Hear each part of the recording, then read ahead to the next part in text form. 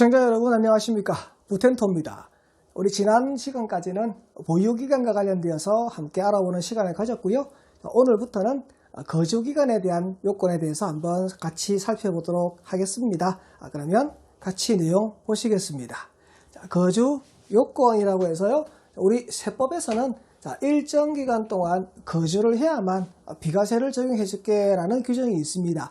그래서 이 거주기간의 요건은 세대원 전원이 가야 됩니다. 세대원 전원이 그 주택으로 거주를 옮겨서 그 세대원 전원이 일정 기간 요건을 갖추게 되면 비과세를 해줄게 라고 세법에 규정이 되어 있습니다. 그러면 1년을 거주했는지 2년을 거주했는지 어떻게 날짜를 계산해서 그 기간을 맞출까요? 라고 물어보니까 바로 주민등록으로 맞춘다라고 되어 있습니다.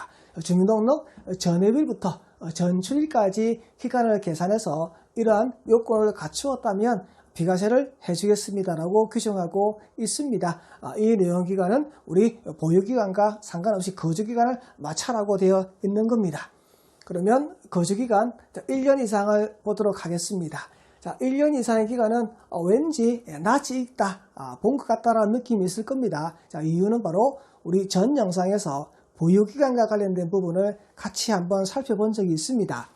치약, 근무상 형편, 질병의 치료, 요양, 그리고 학교 폭력과 관계에 대해서는 보유기간 무관하게 세대원 전원이 그 주택에서 1년 이상 거주를 했다 그러면 다른 지역으로 세대원 전원이 이사를 가게 되면 기존에 거주했던 그 기존 주택에 대해서는 보유기간과 무관하게 비과세를 적용해 주겠다라고 우리가 같이 한번 살펴봤습니다. 두 번째 나와 있는 재개발, 재건축과 관련되어 있는 거. 정비구역을 지정해서 재개발, 재건축 사업을 하게 되면 기존 주택을 관리처분에 의해서 철거하게 될 겁니다. 그러면 그 철거하는 집 대신 다른 곳에서 살 집을 구해야 됩니다. 이 집을 우리가 대체주택이라고 하고 이 대체주택에서는 세대원 전원이 1년 이상 거주를 해야 되고요. 그리고 그 정비사업이 완공이 되면 그 주택이 준공되게 됩니다. 그러면 준공된 주택에 세대원 전원이 다시 거기 이사를 가서 1년 이상 거주해야만 그 대체주택을 양도했을 때 비과세 규정을 적용해준다라고 우리가 얘기를 했어요. 그리고 그 준공일 전 2년 안에 대체주택을 팔아도 비과세를 해준다라고 얘기를 했습니다. 이러한 것을 우리가 사후관리 규정이라고 하고 대체주택이나 준공주택에는 둘 다 세대원 전원이 1년 이상의 거주 요건을 갖춰야 됩니다. 거주 요건 2년 이상입니다. 2년 이상은 두 가지로 구분이 되어 있습니다. 첫 번째, 임대사업자의 직전 거주주택이라고 되어 있습니다. 이해하기 쉽게 예를 들어 보겠습니다. 임대사업자 홍길동이라는 사람이 있었는데요. 홍길동이 주택을 두 개를 갖고 있었는데 주택 하나는 임대사업자 등록을 해서 임대를 하고 있고 나머지 하나는 홍길동 가족이 거기서 직접 살고 있었습니다. 이렇게 하나는 임대사업으로 쓰고 하나는 직접 거주하고 있는 주택을 세법에서는 직전 거주주택이라고 얘기를 하고 있습니다. 그럼 그 주택에서는 세대원 전원이 몇 년 이상? 2년 이상 거주를 하고 있다. 그러면 그 주택을 양도하게 되면 그 임대사업 등록한 주택은 없는 걸로 보고 1세대 1주택 비과세 규정을 적용해 주겠습니다. 라고 얘기하는 것이 바로 임대사업자의 직전 거주주택의 2년 이상 거주 요건입니다. 두 번째 나와 있는 것은 조정 대상 지역이라고 되어 있습니다. 그러면 대한민국에 있는 주택은 두 가지로 구분을 합니다. 조정 대상 지역 안에 있는 주택과 조정 대상 지역 밖에 있는 주택. 조정 대상 지역 밖에 있는 주택은 거주 요건 2년이 필요 없습니다. 제가 지금 거주하고 있는 지역이 창원입니다. 창원은 조정 대상 지역이 아니기 때문에 2년 이상의 거주 요건이 필요가 없습니다.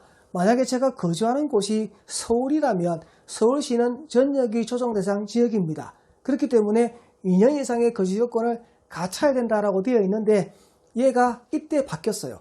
2017년 8월 2일 이전과 8월 3일 이후로 구분이 됩니다. 2017년 8월 3일 이후에 조정 대상 지역에 주택을 취득했다 그러면 2년 거주 요건과 2년 보유 요건이 같이 따라갑니다. 거기에 비해서 2017년 8월 2일 이전에 조정 대상 지역의 주택을 취득했다 그러면 거주 요건 2년은 필요 없고 보유요건 2년만 갖추고 있으면 된다라고 얘기를 하는 겁니다. 갑자기 이렇게 법이 바뀌면 사람들이 혼란스럽죠. 그래서 경과 규정을 두고 있습니다. 2017년 8월 2일 이전에 매매 계약을 체결하고 계약금을 지급한 사실을 정빙서류에 의해서 확인이 된다 그러면 2년의 거주 요건을 인정하지 않을게, 대신 네가 이때 이 주택을 살 때 집이 없는 무주택 세대여야 돼. 무주택 세대인 상태에서 8월 2일 이전에 매매 계약을 체결하고 입증할 수 있다 그러면 2년의 거주 요건 인정 안 해줘도 된다. 그냥 보유만 2년 해도 된다라고 그렇게 경과구정에 얘기하고 있고요. 이때 주택을 보유하지 아니라고 되어 있는데 여기 입주권과 분양권은 주택에 해당되지 않기 때문에 입주권과 분양권을 갖고 있는 상태에서 2017년 8월 2일 이전에 매매계약을 체결하고 8월 3일 이후에 잔금을 쳤다. 그러면 무주택 세대로서 이 경과규정에 해당된다라고 얘기할 수 있는 것이죠. 만약 이때 이렇게 계약을 했는데 이분이 집이 없는 사람이 아니고 집이 있는 사람이라 그러면 해당 안 되니까 2년의 거주 요건을 채워야 됩니다라고 날짜와 무관하게 거주 요건을 얘기하고 있는 것입니다. 그리고 혹시 여러분이 주택을 산 지역이 이번에 새로 조정 대상 지역으로 지정이 되었다. 그러면 그 지정된 날을 여기에 맞추시면 됩니다. 쉽게 예를 들어서 2020년 1월 20일 날 조정 대상 지역으로 이번에 지정이 되었다. 그럼 1월 20일 날 지정되기 이전에 계약을 했고 입증할 수 있고 1월 20일 이후에 잔금을 친다. 이 사람이 무주택 세대라면 거주요건 2년이 필요 없다고 얘기하는 것이죠. 자, 그날 이후에, 즉 조정 대상 지역이 지정된 이후에 신규로 주택을 취득했다. 그러면 거주요건 2년이 따라다닌다라고 여러분들이 이해하시면 됩니다. 그래서 오늘은 거주요건 1년, 거주요건 2년 두 가지에 대해서 함께 알아봤고요. 본 영상과 관련되어서 상담은 여러분 가까이 있는 세무사 또는 국세청 세무서를 통해서 상담하는 것이 가장 완벽한 상담이 될 수 있습니다. 지금까지 부텐토였고요. 구독과 좋아요 부탁드립니다. 시청자 여러분 감사합니다.